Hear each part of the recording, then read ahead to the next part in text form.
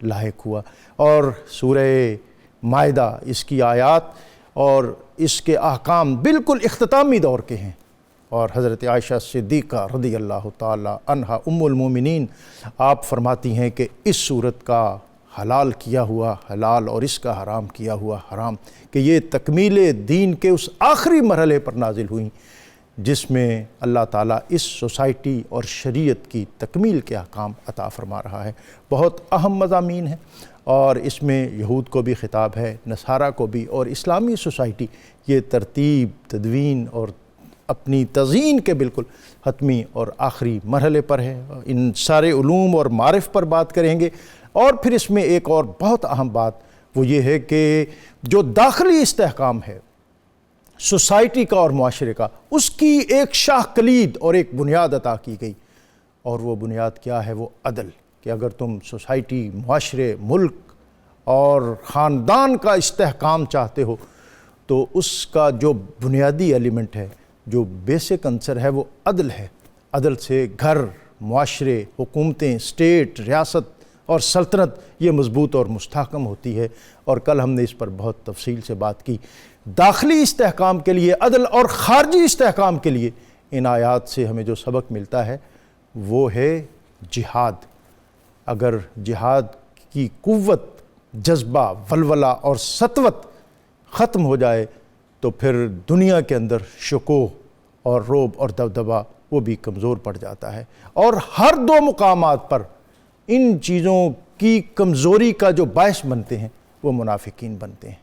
یہ بہت روشن اور نور پرور آیات اور عنوانات آج ہم ان سے اکتساب فیض کریں گے، اور بہت مقتدر اور معتبر شخصیات مفتی دل محمد چشتی صاحب مہینے میں ماہ رمضان المبارک میں بہت مصروف ہوتے ہیں، 2-1 مرتبہ تو مہربانی فرمائی دیتے ہیں۔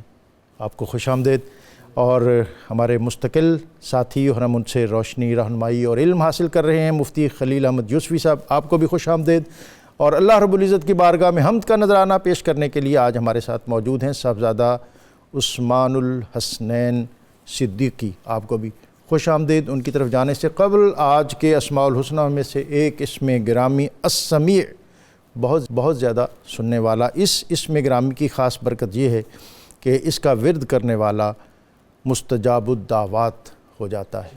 اللہ تعالی ہماری دعاؤں کو، التجاؤں کو اپنی بارگاہ میں شرف قبولیت سے سرفراز کرے۔ حضرت آج چھٹا پارہ ہے، اور ہر آیت، ہر لفظ ایسا ہے کہ اس پر ٹھہر سکتے ہیں اور پھر آپ مضمون سے مضمون نکال سکتے ہیں۔ ابتداً جو آیت 21 سے 26 تک بنی اسرائیل کی بزدلی اور اپنے انبیاء سے بے وفائی اور یہ طویل واقعات ہیں، اور پھر صحابہ کرام کی فضیلت کا اس میں تذکرہ ہے۔ بسم اللہ الرحمن الرحیم، الحمدللہ وحدہ والصلاة والسلام علی من لا نبی بعدہ وعلی آلہ واصحابہ الذین اوفوا عہدہ۔ اما بعد، پروگرام کے اندر آپ نے مدعو کیا، آپ کا شکریہ اور مہربانی۔ قصہ مختصر کہ ان آیات مبارکہ میں امت مسلمہ کو ایک تربیت دی گئی کہ اپنے نبی کے ساتھ وفا کا جو بندھن باندھا ہے اس کو نبھانا ہے۔ سبحان اللہ۔ اور اس میں پہلی قوموں کے حالات بد کا ذکر کیا گیا جنہوں نے اپنی انبیاء کرام کے ساتھ خیانت کی، بے وفائی کی، غداری کی، غدر کیا۔ تو اس آیت مبارکہ کو آپ ذرا سنیے اور اس کا ترجمہ سنیے، تو اس کے اندر خالق کائنات نے ان کو بشارت بھی دی، اور بشارت کے ساتھ ساتھ عمل نہ کرنے پر ان کے انجام بد کا بھی ذکر فرمایا۔ حضرت موسیٰ علیہ السلام نے اپنی قوم سے کہا تھا، یا قوم ادخلوا الارض المقدسۃ التی کتب اللہ لکم، اے میری قوم۔ اب قوم کو اپنے ساتھ نسبت دے کر اپنی محبتوں کا اظہار کیا کہ قوم سمجھ جائے، لیکن قوم غالباً سمجھنے کے قابل نہ تھی۔ اس قوم کو کہا کہ اس ارض مقدسہ میں داخل ہو جاؤ۔ ارض مقدسہ اس زمین کو کہتی ہیں کہ جو زمین انبیاء کرام کا مسکن تھی، ان کا وطن تھی۔ اس سے یہ بھی معلوم ہوتا ہے کہ اللہ کے پیارے لوگ جہاں آباد ہوتے ہیں وہ زمین تقدیس و تطہیر پاتی ہے، یعنی وہ لاہور شریف ہو جاتا ہے، لاہور شریف ہو جاتا ہے، ملتان شریف ہو جاتا ہے، مدینہ شریف ہو جاتا ہے۔ حضرت ابراہیم علیہ السلام کوہ لبنان پہ کھڑے ہوئے تو خالق کائنات نے ارشاد فرمایا کہ آپ اپنی نظر چاروں طرف ڈالیں، جہاں جہاں تک آپ کی نظر کی رسائی ہوگی وہ تمام زمین ارض مقدس قرار پائے گی۔ سبحان اللہ۔ ایک روایت میں آتا ہے کہ ملک شام سارے کا سارا ارض مقدس ہے۔ یہ قوم چونکہ مصر سے چلی تھی، اس قوم کو کہا گیا تھا کہ اس ارض مقدسہ میں داخل ہو جاؤ، التی کتب اللہ لکم، یہ اللہ نے تمہارے مقدر میں تمہارے بھلے کے لیے لکھ دی۔ کتبہ کے بعد لام کا جو لفظ ہے یہ بتاتا ہے کہ اس بستی میں داخل ہونے کے بعد ان کے لیے رحمتوں کے دروازے کھل جانے تھے، ان کو آسائشیں تھیں، سہولتیں تھیں، آسائش زندگی ملنی تھی، لیکن وہ قوم سمجھ نہ سکی، چونکہ ایک قوم وہاں پر آباد تھی، اس قوم کو نکال کر اس جگہ پر آباد ہونا تھا۔ یہ قوم عاد کے بقیہ لوگ تھے جن کے قد کاٹ اور بت کافی بڑے ہیکل تھے اور زور آور تھے، تو ان کے ظاہری طور پر ان کے حالات کو دیکھ کر حضرت موسیٰ علیہ السلام نے جو 12 نقباء بھیجے تھے ان میں سے 10 نے آ کر ان کے قد کاٹ اور ان کی ہیبت کو اپنی قوم کے سامنے ذکر کیا، وہ بزدل ہو گئے۔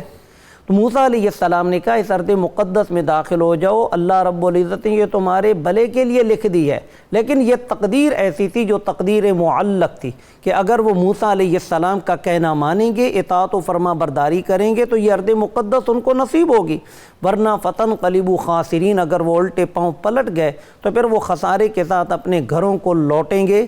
اس سے ہمیں یہ بھی سبق معلوم ہوا کہ انبیاء کرام کا جو حکم ہوتا ہے اس کو بجا لانے پر انسان کے لیے سراسر دنیاوی بھی نفع ہے اور اخروی تو نفع ہی نفع ہے۔ اب میری طرح جو سننے والے ہیں نا وہ اب اس بات پہ اٹک گئے ہوں گے کہ یہ تقدیر معلق کیا ہوتی ہے؟ تقدیر معلق یہ ہوتی ہے کہ خالق کائنات نے ایک تقدیر کو ایک عمل کے ساتھ نتھی کر دیا ہے، وابستہ کر دیا کہ اگر تم یہ کام کرو گے تو تمہیں یہ نصیب ہوگا۔ تو یہاں پر بھی یہ تھا کہ اگر تم موسیٰ علیہ السلام کی اطاعت و فرما برداری کرو گے تو یہ شہر تمہیں نصیب ہوگا، لیکن چونکہ انہوں نے موسیٰ علیہ السلام کی اطاعت و فرما برداری نہیں کی، جس طرح کی اگلی آیات مبارکہ میں اس کا ذکر آیا، تو وہ اس ارض مقدس میں داخل ہونے کی بجائے بلکہ وادی تیم ہی موت کے گھاٹ میں اتر گئے۔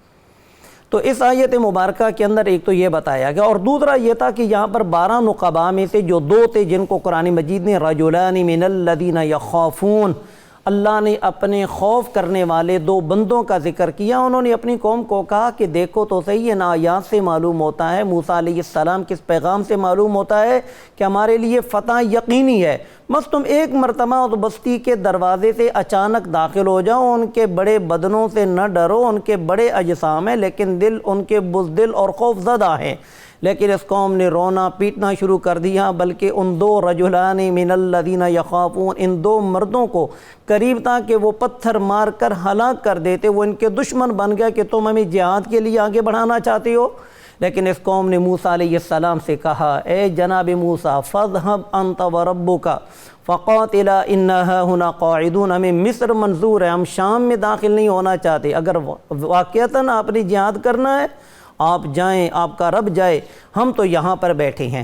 ایک طرف یہ ہے بنی اسرائیل کا رویہ، لیکن دوسری طرف وہ جلیل القدر جماعت جن کو خالق کائنات نے چن چن کر اپنے پیارے نبی علیہ السلام کی صحبت و صحابیت کے لیے منتخب فرمایا۔ ان کو جب رسول اللہ صلی اللہ علیہ وآلہ وسلم لے کر نکلے تو ایک جگہ پر پہنچ کر آپ علیہ السلام نے یہ بدر کے لیے جانا تھا، آپ نے ایک مقام پر اپنی قوم سے کہا کہ اشیروا علیہ، مجھے مشورہ دو۔ حضرت ابوبکر صدیق بولے، خوب بولے، جناب عمر بولے، خوب بولے، لیکن آپ علیہ السلام بار بار فرما رہے تھے اشیروا علیہ، اشیروا علیہ۔ اس سے انصار سمجھ گئے کہ حضور علیہ السلام نے مہاجرین کا تو مشورہ سن لیا، اب ہمارے بھی مشورے کے منتظر ہیں۔ تو حضرت مقداد کھڑے ہوئے اور عرض کیا، یا رسول اللہ صلی اللہ علیہ وآلہ وسلم، ہم بات کے پکے ہیں، وعدے کے دھنی ہیں، ہم قوم موسیٰ کی طرح نہیں جو اپنے پیغمبر کو کہیں کہ تم اور تمہارا رب جائیں اور لڑیں۔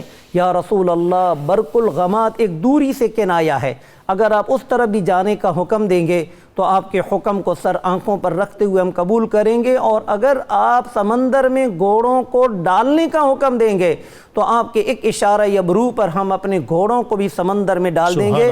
آپ علیہ السلام کا چہرہ انور خوشی سے جگمگا اٹھا، اور یہ خوشی سے جگمگا اٹھنا ہی بشارت ہے آپ علیہ السلام نے فرمایا چلو اللہ کی برکت اور فتح تمہارا مقدر بن چکی ہے۔ سبحان اللہ۔ اب اس رویے سے معلوم ہوتا ہے اصل میں بنی اسرائیل کا ذکر ڈاکٹر صاحب بار بار قرآن مجید میں اس لیے ذکر کیا گیا کہ یہ دھمکایاں کرتے تھے کفار مکہ کو کہ ہم کتاب والے ہیں، علم والے ہیں، ہم رسول والے ہیں، ہم پہلی کتابوں والے ہیں۔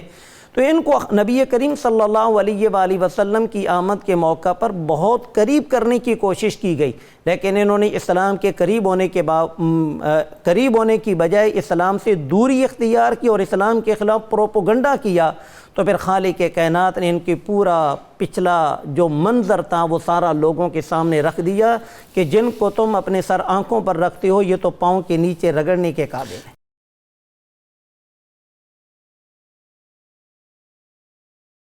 اگلا جو ہمارا ٹاپک ہے، جو آیات ہیں 28 سے 31 تک، اور حابیل کا قابیل کو قتل کرنا اور حسد کا ہولناک انجام وغیرہ۔ بسم اللہ والصلاۃ والسلام علی رسول اللہ۔ محترم المقام، حضرت سیدنا آدم علیہ السلام کے دو بیٹوں کا ذکر ہے، قابیل اور حابیل کا، کہ آپس میں ان کی لڑائی ہوئی تو ایک بھائی نے دوسرے کو قتل کیا۔ اس کے لیے یہ جاننا ضروری ہے کہ ان کو آپس میں جھگڑنے کی نوبت تک کس بات نے پہنچا دیا۔ اس کے لیے تاریخ یہ بتاتی ہے کہ اللہ تعالیٰ جل جلالہ نے قرآن مجید میں جن سے ہم نے نکاح کرنا تھا وہ بھی بتا دیے، اور جن سے نہیں کر سکتے وہ رشتے بھی بتا دیے۔ اسی طرح معاشرے کی ترقی اور افزائش کے لیے بتا دیا کہ آدم علیہ السلام کے ہاں ایک ایک جوڑا پیدا ہوتا ہے، تو جو اکٹھے پیدا ہوتے ہیں وہ سگے بہن بھائی ہیں، اور جو اگلی دفعہ پیدا ہوتے ہیں وہ سگے ہیں۔ تو پہلے گروہ کا لڑکا، پہلی دفعہ کا لڑکا دوسری لڑکی کے ساتھ، اور ان کا لڑکا ان کی لڑکی کے ساتھ، ایسے نکاح ہوگا۔ اب قابیل کے ساتھ جو لڑکی پیدا ہوئی اس کے مقابلے میں حابیل کے ساتھ جو لڑکی پیدا ہوئی ان کی آپس میں وجاہت میں بڑا فرق تھا، اور قابیل اس کے ساتھ نکاح کرنا چاہتا تھا جس کے ساتھ پیدا ہوا۔ اور آج کے لوگ محارم کے ساتھ نکاح کی بات کرتے ہیں تو ان کے اندر قابیل کے اثرات موجود ہیں کہ سب سے پہلے محارم کی عزت کو ختم کرنے والا قابیل۔ حضرت سیدنا آدم علیہ السلام نے فرمایا کہ اللہ کے ہاں قربانی کرو، جس کی قربانی قبول ہوگی اس کی بات مانی جائے۔ پھر ان دونوں نے قربانی کی، ایک نے گندم دی، دوسرے نے جانور پیش کیا۔ تو اس وقت قربانی کا منظرنامہ یہ ہوتا تھا کہ آسمان سے آگ آتی تھی، جس کی قربانی جل جاتی اس کی قربانی کو قبول سمجھا جاتا۔ قابیل کی قربانی اللہ تعالیٰ نے رد فرما دی، حابیل کی قربانی کو قبول فرمایا۔ اس کے بدلے میں حسد کی وجہ سے اس نے یہ کہا کہ میں تجھے قتل کر دوں گا۔ تو حابیل نے آگے سے قتل کے بدلے میں کچھ نہیں کہا، اس نے کہا کہ اگر تو قتل کرنے کے لیے میری طرف ہاتھ اٹھائے گا تو میں تجھے قتل کرنے کے لیے ہاتھ نہیں اٹھاؤں گا۔ کیوں؟ اس لیے کہ میں قتل کا ارادہ نہیں رکھتا۔ یہ قربانیوں کا قبول ہونا یہ اللہ تعالیٰ کے فضل کے اوپر منحصر ہے۔ جو تقوی کے ساتھ قربانی دیتا ہے اللہ اس کی قربانی کو قبول فرماتا ہے۔ سبحان اللہ۔ جب حضرت آدم علیہ السلام بیت اللہ کی زیارت کے لیے تشریف لے کے گئے تو قابیل نے پیچھے سے اپنے بھائی حابیل کو قتل کر دیا۔ اب قتل کرنے کے بعد معاملہ یہ ہوا، جب قتل کرنے لگے تو تب بھی سمجھایا کہ ایسا نہ کرو، اس میں میرا گناہ اور تمہارا گناہ یہ دونوں تمہارے کھاتے میں جائیں گے۔ اب یہ جو اس نے کہا کہ انی ارید ان تبوء باسمی، کہ اگر تو نے مجھے قتل کر دیا تو میرا گناہ بھی تیرے کھاتے میں جائے گا، تو اس کا معنی یہ ہے کہ یہ جو تو مجھے قتل کرنے لگا ہے یہ گناہ بھی تیری طرف چلا جائے گا، اور جو تو پہلے حضرت آدم علیہ السلام کی باتوں کو رد کر کے گناہ کما چکا ہے وہ بھی تیرے کھاتے میں چلا جائے، لہٰذا ایسا نہ کر۔ لیکن اس کے اوپر اس وقت غصہ اور نفرت تھی، حسد تھا، جس کی وجہ سے اس نے یہ سارا معاملہ کیا اور بھائی کو قتل کر۔ اب یہ دنیا میں پہلی موت تھی، اس سے پہلے کوئی بندہ فوت نہیں ہوا تھا، اس کو نہیں پتا تھا کہ فوت آدمی کو کہاں چھپانا ہے، کیا کرنا ہے، ٹھکانے کیسے لگانا ہے۔ بالکل ایسے۔ تو 1 سال، مفسرین نے بعضوں نے لکھا کئی مہینے، بعضوں نے لکھا 1 سال تک حابیل کی میت کو اٹھا کے پھرتا رہا کہ کیسے اس کو چھپاؤں۔ اس کے لیے رہنمائی کے لیے اللہ تعالیٰ نے پھر 2 کوے بھیجے، انہوں نے آپس میں ایک دوسرے کو لڑائی کی اور ایک کو ہلاک کیا، اور اپنے چونچ سے اور پر سے قرید کے اس کو اندر ڈالا۔ تو پھر قابیل کہنے لگا فطوعت له نفسه قتل اخيه فقتله فاصبح من الخاسرین فبعث الله غرابا يبحث في الارض ليريه كيف يواري سوءات اخيه، کہ میں اس کوے جیسا بھی نہیں کہ اپنے بھائی کو چھپا سکتا۔ اس میں جو قتل کی بنیادی وجہ بنی وہ ہے حسد۔ مشکات شریف میں ایک حدیث مبارک ہے، رسول اللہ صلی اللہ تعالیٰ علیہ وسلم نے فرمایا میری امت کے 73 فرقے ہوں گے، ان میں سے 72 جہنم میں جائیں گے، ایک جنت میں جائے گا۔ صحابہ نے عرض کی حضور وہ کون سا ہے؟ آپ نے فرمایا ما انا علیہ و اصحابی، وہ گروہ ہے، وہ جماعت ہے جو میری اور میرے صحابہ کی۔ تو جو 72 ہیں، اگر ہم اس کے اعداد کو دیکھیں اور حسد کے عدد کو دیکھیں تو حسد میں ہا سین اور دال ہے۔ ہا یہ 8 کے اوپر 8 عدد ہے، سین کے 60 ہے اور دال کے 4 عدد، 72 بنتا ہے۔ تو معنی یہ نکلے گا جس نے رسول اللہ صلی اللہ علیہ وسلم اور ان کے چاہنے والے صحابہ اور اہل بیت سے حسد کیا، وہ اس حسد کی آگ میں جل کے جہنم میں چلا جائے گا، اور جو ان سے پیار اور محبت کرنے والا ہوگا وہ جنت میں چلا جائے گا۔ حضرت یہ جذبہ تو اب موجود ہے انسان کے اندر، جو قوت رکھی ہے، شہوانی کہہ لیں یا غضبی کہہ لیں، اب اس پر کس طرح قابو پایا جائے، کس طرح اپنے آپ کو اعتدال میں رکھا جائے، اور اس طرح کے جو عوارض ہیں ان سے کس طرح چھٹکارا ممکن ہے؟ جی بالکل جی، اس کے اندر یہ بات ہے، قرآن مجید کے اندر آتا ہے وَمِن شَرِّ حَاسِدٍ إِذَا حَسَد، حسد کرنے والے کے شر سے جب وہ حسد کرے۔ اب حسد کرنے والا جب حسد کرے، اس کا مطلب یہ کہ جب وہ حسد جو قلبی کیفیت ہے جب اس کا عملاً اظہار کرے تو اس کے شر سے اے اللہ میں تیری پناہ مانگتا ہوں۔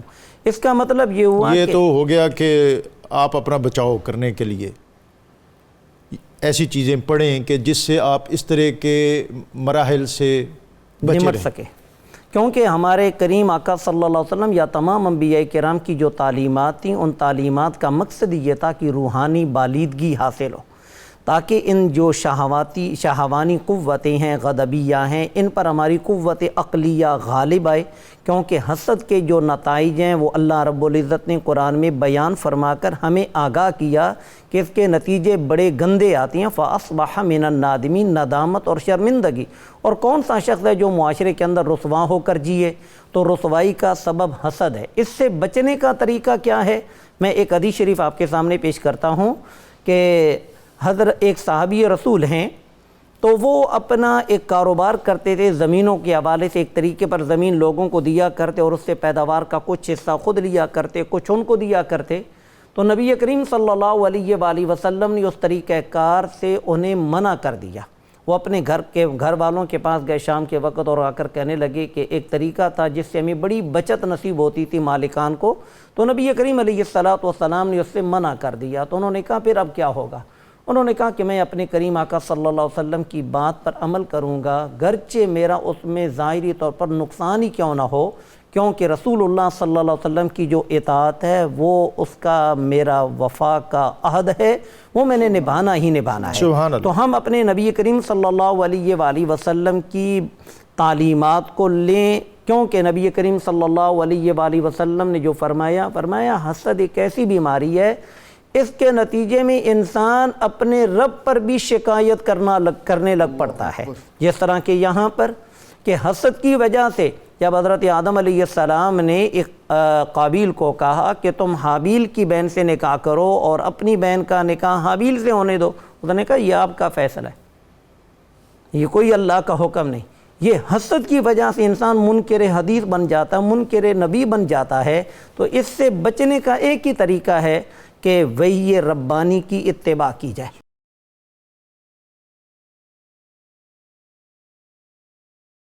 حضرت چھٹا پارا اور پھر اس میں آیات تو بہت زیادہ ہیں، لیکن آیت 33 جی، فتنہ و فساد اور دہشت گردی، اس کی سزا اور اس کا خاتمہ۔ ابھی آپ نے وقفے سے پہلے یہ فرمایا تھا کہ حسد کے بارے میں کوئی بات تو میں عرض کرنا چاہتا ہوں تاکہ بات کمپلیٹ ہو جائے۔ جی، حسد کسی کے ساتھ ہوتا کیوں ہے؟ یہ بڑی اہم بات ہے۔ جب اللہ تبارک و تعالی دنیاوی، ظاہری اور روحانی نعمتوں سے کسی کو نوازتا ہے تو اس سے لوگ حسد کرتے ہیں، اور دوسرا محروم بھی رہ جاتا ہے۔ دوسرا محروم رہ پھر وہ کیا چاہتا ہے؟ جو حسد کر رہا ہوتا ہے وہ کیا چاہتا ہے؟ وہ کہتا ہے کہ اس سے زوال نعمت ہو جائے اور پھر مجھے مل جائے۔ جبکہ شریعت مطہرہ نے علم اور مال میں رشک کرنے کی اجازت دی ہے، اور وہ یہ ہے کہ بندہ اللہ تعالیٰ کی بارگاہ میں اس کے انعام و اکرام کو دیکھ کر یہ عرض کرے کہ مولا تو نے اس کو علم دیا، یہ دن رات تبلیغ کرتا ہے، مال دیا، دن رات تیری راہ میں خرچ کرتا ہے، مجھے بھی دے تاکہ میں بھی ایسے ہی تیرے بندوں کے ساتھ فیضان بانٹ کر تیری بارگاہ میں مقرب ہوں۔ سبحان اللہ۔ تو یہ اس کا ایک متبادل راستہ. سبحان. آیت نمبر 33 میں فرمایا الذین یحاربون اللہ ورسولہ، جو لوگ اللہ تعالیٰ اور اس کے رسول صلی اللہ علیہ وسلم سے لڑتے ہیں. یہ آیت بتاتی ہے کہ یہ بد نصیبی کی انتہا ہے کہ انسان جو اطاعت کرنے کے قابل تھے ان سے لڑنے کے لیے آ گئے. اس کے علاوہ حضور صلی اللہ تعالیٰ علیہ وسلم نے احادیث میں ایک بندے کا ذکر کیا جس کے ساتھ اللہ اور اس کے رسول کی جنگ ہے، اور قرآن مجید نے ایک بندے کا ذکر کیا جس کے ساتھ اللہ اور اس کے رسول کی جنگ ہے. قرآن مجید جس کی طرف اشارہ کر رہا ہے وہ سود خور ہے، اور نبی صلی اللہ تعالیٰ علیہ وسلم جس کی طرف اشارہ کر رہے ہیں من عادی لی ولیا فقد آذنتہ بالحرب، فرمایا جو میرے کسی دوست کا دشمن ہو گیا اس کا میرے ساتھ اعلان جنگ. اب یہ بد نصیب ہیں جو اللہ سے لڑ رہے ہیں. اس کے لیے مفسرین نے ایک واقعہ لکھا کہ رسول اللہ صلی اللہ تعالیٰ علیہ وسلم کے پاس کچھ لوگ آئے قبیلہ عرینہ کے، اور انہوں نے کہا ہمیں بیماری ہے. تو آقا کریم صلی اللہ علیہ وسلم نے انہیں وہاں اونٹوں کے باڑے میں بھیج دیا. انہوں نے وہاں جو نبی صلی اللہ علیہ وسلم نے علاج بتایا تھا وہ کیا اور شفا پائی.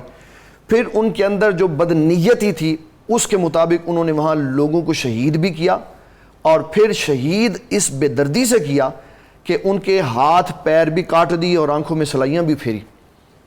پھر نبی صلی اللہ تعالیٰ علیہ وسلم کے ان مقرر شدہ افراد کو وہاں قتل کر کے وہاں کا ساز و سامان لے کے بھاگ گئے. یہ بنیاد بنی جب کوئی چور ڈاکو کسی کو لوٹے تو اس کے ساتھ کیا سلوک کرنا چاہیے. ایک طرف نبی صلی اللہ علیہ وسلم نبی رحمت ہیں، اور دوسری طرف نبی صلی اللہ علیہ وسلم قانون ساز ہیں کہ اگر آپ کی صرف رحمت ہی غالب رہتی تو معاشرے میں قانون سازی کیسے ہوتی. تو آپ صلی اللہ علیہ وسلم نے صحابہ کا ایک وفد بھیجا کہ جاؤ ان کو پکڑ کے لاؤ. پھر ان کو لایا گیا تو آپ نے ویسے ہی سلائیاں ان کی آنکھوں میں پھیری، ان کی آنکھیں ضائع کی گئی اور ہاتھ اور پیر کاٹے گئے، اور اس زمین پر تپتی ہوئی زمین پر ان کو چھوڑا گیا تاکہ وہ ایسے ہی تڑپ تڑپ کے مر جائیں جیسے انہوں نے ظلم کیا تھا، اور دوسروں کے لیے نشان عبرت، دوسروں کے لیے نشان. اس کے ضمن میں ایک حدیث شریف مشکات کی بیان کرنا چاہوں گا. ہمارے ہاں قتل عام ہے، چھوٹی چھوٹی بچیوں کو اٹھا کے لے جاتی ہیں اور پھر کہتے ہیں بچیاں تو اٹھائی جاتی ہیں. تاریخ مدینہ میں ایسا نہیں ہوتا. حدیث شریف میں آیا کہ مدینہ المنورہ میں ایک بچی اٹھائی گئی اور اس کے سر کے اوپر پتھر مار کے اس کو کچلا گیا، لیکن ابھی زندگی کی رمق اس کے اندر باقی تھی.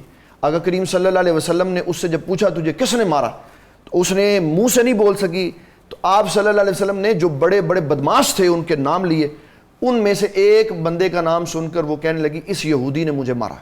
آپ صلی اللہ علیہ وسلم نے پوری تاریخ انسانیت کو اصول دیا، اس کو پکڑوایا اور وہاں بلا کے اس سے اقرار کروایا. جب اس نے اقرار کیا تو آپ نے فرمایا اس کا سر پتھر کے ساتھ یہیں کچل دیا جائے. یہ بنیاد ہے ہمارے ہاں قانون سازی کی کہ اگر جرم کی سزا نہیں دو گے تو پھر ہر روز 3 سال کی بچیاں اٹھائی جاتی رہیں گی. نبی صلی اللہ علیہ وسلم نے اس دن دروازہ بند کر دیا اور بتایا کہ اگر جرم کرنے پر سزا دو گے تو قیامت تک دوبارہ جرم نہیں ہوگا. اگر کسی بندے کو جرم کی سزا دی جاتی تو آج لوگوں کے مال بھی محفوظ رہتے، لوگوں کی عزتیں بھی محفوظ رہتی. لیکن میں بڑے درد سے یہ جملہ کہنا چاہتا ہوں، جس ملک میں 1000 سے زائد بندہ ختم نبوت کی حدود کو پھلانگ کے آگے چلا جاتا، ان کو سزا نہیں دی جاتی، تو ان چھوٹی چھوٹی باتوں پہ کون سزا دیتا ہے؟ ہمیں اس کی طرف جانا چاہیے کہ قانون سازی یہ ملکوں کی عزت و وقار کا سبب ہے.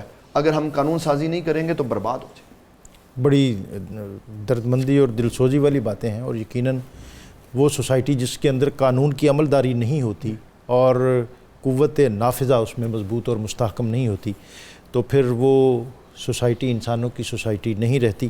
حضرت بات تو اس پر آپ مزید اگر کرنا چاہیں، اور اگلے جو ہماری آیت ہے وَابْتَغُوا إِلَيْهِ الْوَسِيلَةَ، اس پہ میں چاہوں گا کہ بہت کنفیوژن ہوتی ہے لوگوں کو، تو اس کے جو بنیادی خد و خال اور کنسیپٹ ہے اس کو ضرور واضح فرما دیں. جی، اس آیت مبارکہ کے اندر 3 چیزوں کا حکم ہے. نمبر 1 اتقوا اللہ، اس سے مراد ہے کہ شریعت کو اپنے اوپر نافذ کرو، قرآن و سنت کے مطابق اپنی زندگی گزارو. اور دوسرا اس کے اندر حکم ہے وابتغوا الیہ الوسیلہ، اپنے رب تک پہنچنے کا وسیلہ تلاش کرو. وسیلہ اس چیز کو کہتے ہیں ما یتوسل الی اللہ تعالی من عمل او غیرہ، کہ عمل ہو یا عمل کے علاوہ کوئی اور چیز ہو جس کے ذریعے انسان اپنے رب کا قرب پائے، اپنے رب تک رسائی پائے، کیونکہ انسان کی اصل منزل اور اس کا جو ہدف ہے وہ اللہ رب العزت کا قرب خاص ہے. اب وسیلہ عمل بھی ہو سکتا ہے، جس طرح کہ حدیث شریف میں آتا ہے کہ 3 شخص غار میں تھے اور وہ بارش کی وجہ سے غار کا دھانہ گر گیا، تو انہوں نے اپنے عمل کا وسیلہ پیش کیا تو بالآخر تینوں کو غار سے نجات مل گئی. وسیلہ شخصیات کا بھی درست ہے، جس طریقے پر کہ حضرت عمر فاروق رضی اللہ تعالیٰ عنہ کہا تسالی کے دنوں میں اللہ کے حضور یوں التجا کرتے ہیں کہ پروردگار ہم پہلے تیرے نبی کریم صلی اللہ علیہ وسلم کے وسیلے سے دعا کرتے تھے فتسقینا، تو ہم میں سیراب کرتا تھا۔ آج ہم تیرے چچا حضور علیہ الصلوۃ والسلام معاذ اللہ نبی کریم صلی اللہ علیہ وسلم کے چچا کے وسیلے سے دعا کرتے ہیں فسقنا، تو ہمیں سیراب کر۔ حضرت عباس کا وسیلہ پیش کرنے کا مقصد یہ تھا کہ تاکہ حضرت عمر لوگوں کے سامنے اس چیز کو عیاں کر دیں کہ وسیلہ صرف حضور کی ذات کو ہی نہیں بنایا جا سکتا، بلکہ حضور کے خاندان کے تمام افراد اس قابل ہیں کہ ان کو اللہ کے حضور وسیلہ پیش کر کے دعا کی جائے تو اللہ رب العزت دعاؤں کو قبول فرماتا ہے۔ اسی طرح عثمان بن حنیف ایک حدیث پاک بیان کرتے ہیں کہ نبی کریم صلی اللہ علیہ وسلم کی بارگاہ میں ایک نابینا شخص آیا اور کہنے لگا یا رسول اللہ صلی اللہ علیہ وآلہ وسلم آپ میرے لیے دعا کریں کہ میری بینائی لوٹ آئے۔ آپ صلی اللہ علیہ وسلم نے فرمایا اگر تم چاہو تو میں دعا کر دوں، لیکن اگر تم صبر کرو تو یہ تمہارے لیے بہتر ہے۔ اس نے عرض کیا ٹھیک ہے یا رسول اللہ صلی اللہ علیہ وسلم، آپ نے مجھے آپشن دیا، میں آپ سے یہی عرض کروں گا کہ آپ میرے لیے دعا فرما دیں۔ مقصد یہ تھا کہ تاکہ میں اپنی زندگی میں اپنی آنکھوں سے آپ کا دیدار کر سکوں۔ تو آپ علیہ الصلوۃ والسلام نے فرمایا جاؤ وضو کرو، اچھے طریقے سے کامل وضو کرو، پھر 2 رکعت نماز نفل پڑھو، پھر یہ دعا مانگو۔ اور اس دعا کے کلمات حدیث شریف میں یوں آتے ہیں اللہم انی اسألک و اتوجہ الیک بنبیک محمد نبی الرحمہ یا رسول اللہ انی قد توجہت بک الی ربی فی حاجتی هذه لتقضى لی اللہم فشفع فیہ، جس کا مطلب یہ تھا کہ اے اللہ میں تیرے حضور سوال پیش کرتا ہوں اور تیری بارگاہ میں وسیلہ تیرے پیارے نبی رحمت کا پیش کرتا ہوں۔ یا رسول اللہ میں نے آپ کا وسیلہ اپنے رب کی بارگاہ میں اپنی اس حاجت کے سلسلہ میں پیش کیا ہے، اے اللہ تو آپ کی شفاعت کو میرے حق میں قبول فرما۔ حضرت عثمان بن حنیف کہتے ہیں کہ وہ نابینا صحابی جب وضو کرنے گیا تھا پھر نماز پڑھنے لگا تھا، وہ نابینا تھا، لیکن جب دعا سے فارغ ہوا تو خالق کائنات نے اس کی بینائی اس دعا کے صدقے میں اس کو لوٹا دی۔ سبحان اللہ۔ اب آپ علیہ الصلوۃ والسلام خود بھی دعا فرما کر اس کے لیے بینائی واپس دلوا سکتے تھے، لیکن آپ نے ایک ایسا جامع حل بتایا تاکہ قیامت تک آنے والے لوگ جو ظاہری طور پر میرا دیدار نہ کر سکیں، ظاہراً مجھے اپنا قریب محسوس نہ کریں، تو وہ اس دعا کے ذریعے اپنی حاجتوں کو پورا کرتے رہیں۔ اور اس دعا پر تجربہ بھی شاہد ہے کہ حضرت عثمان غنی رضی اللہ تعالیٰ عنہ کی بارگاہ میں ایک شخص آتا تھا، کوئی کام تھا لیکن حالات ایسے تھے کہ وہ کہہ نہیں پاتا، اپنی حاجت پیش نہیں کر سکتا تھا، تو یہ عثمان بن حنیف اس کو راستے میں ملے، کہا کیوں پریشان ہو؟ کہا یوں امیر المومنین سے کام ہے لیکن بات کرنے کا موقع نہیں مل رہا۔ کہا میں تمہیں وہ دعا نہ سکھاؤں جو حضور علیہ الصلوۃ والسلام نے ایک نابینا کو بتائی اور اس دعا کے بدلے میں اس دعا کی صدقہ میں اللہ نے اس کو بینائی عطا کی۔ انہوں نے جو یہ دعا اس کو بتائی اور اس شخص نے اس پر عمل کیا تو حضرت عثمان غنی کی طرف سے از خود پیغام آیا کہ کوئی حاجت ہو تو ہمیں بتاؤ۔ سبحان اللہ۔ وہ جو پہلے درس سے واپس لوٹ جایا کرتا تھا، بات کرنے کا موقع نہیں ملتا تھا، اب اس دعا پر عمل کرنے کی وجہ سے، اس دعائے وسیلہ پر عمل کرنے کی وجہ سے اس کو حضرت عثمان غنی نے خود طلب کر لیا۔ یہ اب ہمارے ناظرین جاننے کے لیے بےتاب ہوں گے کہ آج کے دور میں اس عہد میں اگر کسی کو کوئی مرحلہ درپیش ہو تو اس دعا سے جی بالکل فیض کیا جا سکتا ہے۔ جی میں نے یہ حضرت عثمان غنی کے دور کا واقعہ جو ذکر کیا تو یہ اسی بات کی دلیل ہے کہ حضور علیہ الصلوۃ والسلام کے بعد بھی تابعین اور صحابہ کرام کے درمیان اس پر عمل تھا۔ تو جب حضور علیہ الصلوۃ والسلام کے ظاہری وصال کے بعد عمل ثابت ہے اور ان کی حاجتیں پوری ہوئیں تو اس کا مطلب ہے قیامت تک کے لیے یہ عمل ہے اور اس پر ہم عمل کر کے اپنی حاجتوں کو پورا۔ اس کے پڑھنے کا کوئی خاص طریقہ ہے؟ اس کے پڑھنے کا خاص طریقہ یہی ہے جس طرح رسول اللہ صلی اللہ علیہ وسلم نے فرمایا کہ کامل وضو کرو، کامل طہارت حاصل کرو، پھر یکسوئی کے ساتھ 2 رکعت نماز نفل پڑھو، کیونکہ آپ علیہ الصلوۃ والسلام خود ارشاد فرماتی ہیں کہ کثرت سجود کے ذریعے تم میرے ساتھ چلو تاکہ میں تمہیں رب العالمین کے قرب خاص میں لے چلوں۔ تو 2 رکعت نماز نفل ادا کرے، پھر اس کے بعد یہ دعا مانگے، تو انشاءاللہ العزیز اس دعا کو مانگتا رہے جب تک کہ حاجت پوری نہ ہو، کیونکہ صحابہ کرام کا تو ایک مرتبہ ہی دعا کرنا کافی تھا، لیکن ہماری چونکہ دعاؤں کے اندر وہ کیفیت نہیں بنتی، اس وجہ سے ہمیں اپنی دعاؤں کا سلسلہ جاری رکھنا چاہیے، کیونکہ خالق کائنات یہ وسیلہ جو ہے متصادم ہے کہیں توحید کے ساتھ۔ ہم جب کبھی کوئی وسیلے کی بات ہوتی ہے یا اس کو یہ سمجھا جاتا ہے کہ جی یہ اس میں سے شرک جو ہے اس کی اسمیل آتی ہے، یا یہ لوگ وسیلہ اور یہ اللہ تعالیٰ سے ڈائریکٹ کیوں نہیں مانگتے، یہ کسی کی وساطت سے کیوں مانگتے ہیں وغیرہ وغیرہ، اس طرح کے یہ بہت سے جتنے بھی اعمال ہیں یہ سب کے سب وسیلہ ہیں۔ جو لوگ وسیلہ کو توحید کے منافی سمجھتے ہیں تو وہ پھر نماز کو بھی چھوڑ دیں، کیونکہ نماز بھی اللہ کے قرب کا وسیلہ ہے، روزہ بھی اللہ کے قرب کا وسیلہ ہے، صدقہ و خیرات بھی اللہ کے قرب کا وسیلہ ہے۔ اور پھر قرآن مجید کے اندر ابھی آج ہم نے پڑھا الارض المقدسہ، اسی طرح الذی بارکنا حولہ، مسجد اقصیٰ کے ارد گرد کو اللہ نے مبارک مقام کہا، تو اس کے اندر برکتیں کیسے آئیں کہ انبیاء کرام کی وہاں پر جلوہ گری ہوئی۔ تو اس سے پتہ یہ چلا کہ اللہ کے پیارے بندوں کی وجہ سے اللہ کا قرب خاص نصیب ہوتا ہے۔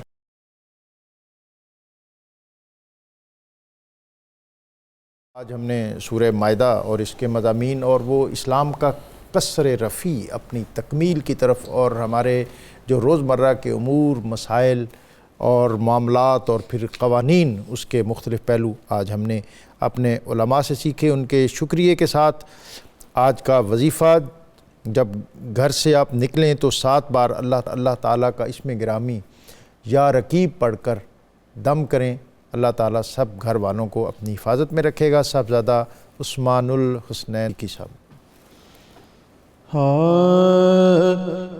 یہ کس نے پکارا ہے، اللہ اکبر، بڑا لطف آیا سویرے سویرے، یہ کس نے پکارا ہے، اللہ اکبر، بڑا لطف آیا سویرے سویرے، خدا کی قسم ان کو موجود پایا جو سر کو جھکایا سویرے سویرے، خدا کی قسم ان کو موجود پایا جو سر کو جھکایا سویرے سویرے۔ یہ عظمت نہیں ہے تو پھر اور کیا ہے، یہ عزت نہیں ہے تو پھر اور کیا ہے، خدا نے محمد کو معراج کی شب فلک پر بلایا سویرے سویرے، خدا نے محمد کو معراج کی شب فلک پر بلایا سویرے سویرے۔ یہ رب کی ہے طاقت، یہ جب کی ہے قدرت، کرو سارے مل کر رب کی اطاعت، یہ رب کی ہے طاقت، یہ رب کی ہے قدرت، کرو سارے مل کر رب کی اطاعت، کمر رات بھر آسمانوں پہ گھوما تو خورشید آیا سویرے سویرے، عبادت کرو گے تو جنت ملے گی،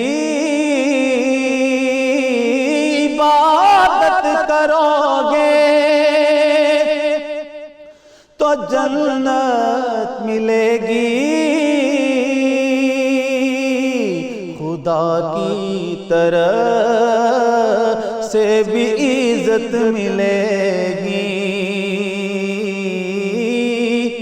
عبادت کا سودا اندھیرے اندھیرے منافع کمایا، سویرے سویرے عبادت کا سودا اندھیرے اندھیرے منافع کمایا، سویرے سویرے ذرا دیکھو غالب یہ صبحوں کا منظر، صدا آ رہی ہے اللہ اکبر،